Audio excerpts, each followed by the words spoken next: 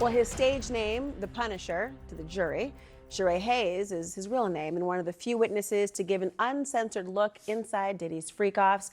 In 2012, the exotic dancer allegedly received a call from a woman requesting a striptease for someone named Janet, aka Cassie Ventura, and her friends. Hayes says he believes Cassie found him through his GetPunished.com website. And at their first meeting, Hayes said Cassie told him her and her husband liked to create a sexy scene, one that her husband would eventually come out to watch. And during that first encounter, Diddy allegedly gave mostly subtle directions. The compensation for that rendezvous, $2,000. Under cross-examination, Hayes testified that Cassie did not appear uncomfortable during their encounters. He, quote, did not get any cues that there was a discomfort with what was going on over the 8 to 12 interactions they all had.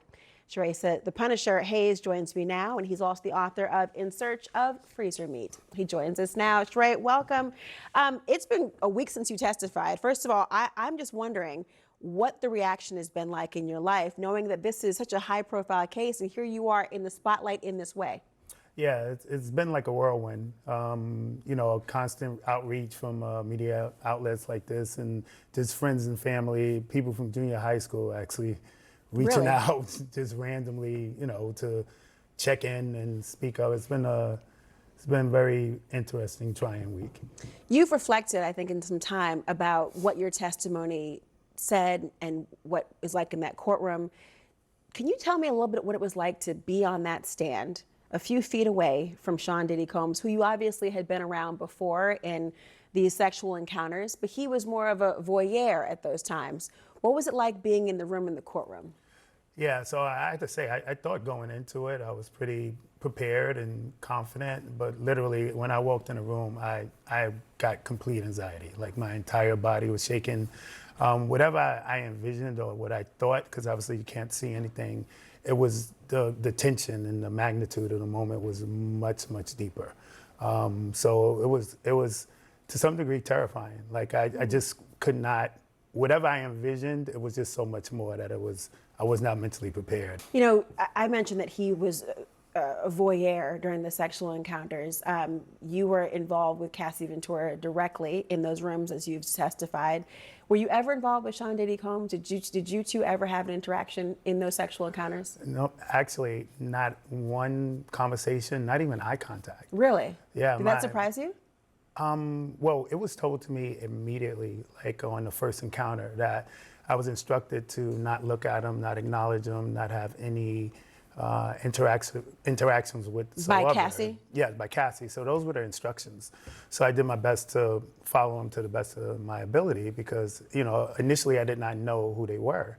And so I just saw it as an opportunity. I see this stunningly beautiful woman and, you know, $2,000 for this type of interaction was, you know, kind of like a no-brainer in terms of it. So I wanted to follow the directions as much as possible. So there was literally no interaction, I didn't even look directly at him. Because normally you are a dancer, and this was an interaction that would have resulted in sexual intercourse.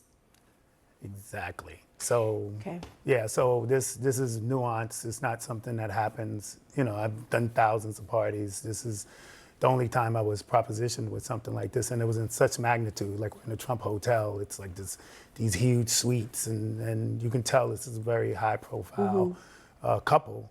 So I just wanted to be as professional for the scenario as I would assume was required. Did you ever travel outside of New York with them? I did not.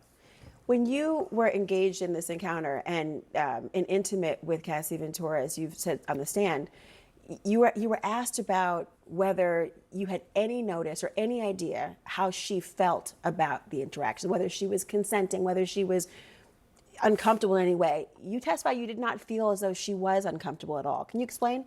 Yeah, so there was always, like, before the sexual activity, there was always, like, downtime. So I would be greeted by Cassie, kind of put in a room, and we would have casual conversation, you know. About how long did that last?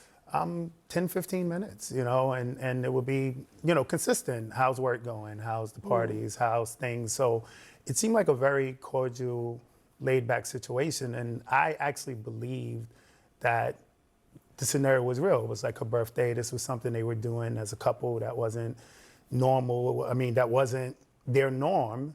And I honestly thought I was the only person they were engaging with. So I had almost a belief that I was, wow, like this is a cool thing. Like I'm the person they're choosing for this kind of fetish type of environment. And Nothing seemed illegal to you or anything out of sorts. not even close. Like I didn't even get any thought of anybody being like under the influence of any drugs or anything.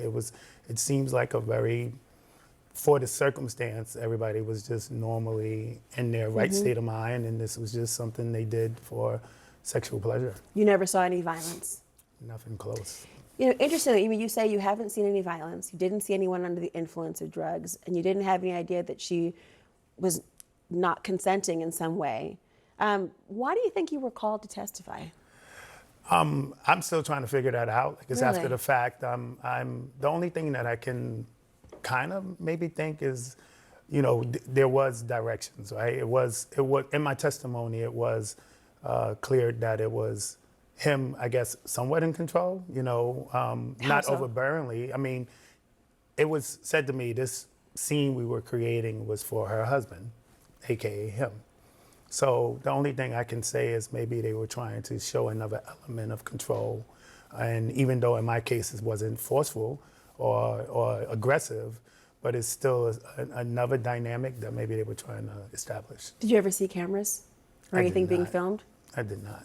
The rooms were always extremely dim and dark, just candlelit. So it was, if there were cameras, it would have to be some sort of infrared, low light scenario because it was very dark in there. Who paid you? Always Cassie. Did you ever see where the money came from? I did not. Only one time, like I said in my testimony, we were actually engaging in sexual activity, and he threw a stack of $100 bills on the bed. That Cassie turned to him and asked him was everything was fine. And he just said, I'm enjoying it, in so many words. And I know that money was collected after the fact and given to me. So that would be the only scenario where I guess money came directly from him by way of, you know, slamming it on the bed, like almost like how somebody would do at like at a strip club. How, when you've reflected back on your testimony, do you think that your testimony was helpful to the prosecution or the defense in any way? I mean, going into it, I always thought that because I saw no violence or any outward aggression, I always wondered if this was more beneficial to the defense. But I don't understand the angle of how they're trying to take my testimony and connect it to what they're trying to prove. You know, it's very nuanced what constitutes a RICO and racketeering, and I don't know enough yet. I haven't heard enough to see if my testimony aligns with what they're trying to prove. One thing that Cassie said on the stand was that she wanted Diddy to know that people were not disposable. And it almost sounded like she was talking collectively about everyone involved in these sexual encounters and these so-called freak-offs. Did you yourself ever feel as though you were either disposable or that you yourself were being trafficked in some way or prostituted? No, not trafficked in some way or whatever. There was always pressure in terms of being disposable because obviously I'm there to create something, like a scene, to create an environment. So at times where there was sexual pressure, you know, because it's out of my norm, I did have a feeling of, okay, I'm one, you know, scenario where if I don't perform the right way, if I don't create the right ambiance, then maybe I won't get called back. But that's the most pressure that I had. There was no indication of I really believe they were just a happy couple, and this was a sexual fetish that they had. Do you ever see them be affectionate during these freak-offs together? I did not. They would never actually interact in front of me. There was like a kind of a cue where if he needed to speak to her or have some sort of direction with her, he would just stand up and leave the room. And if she saw that, she would follow him out. They would be gone 5-10 minutes. Then she'll come back and we'll resume for the most part. But no interaction in front of me. No even conversation other than his directions, which were subtle: move the light, turn your body, maybe put more oil.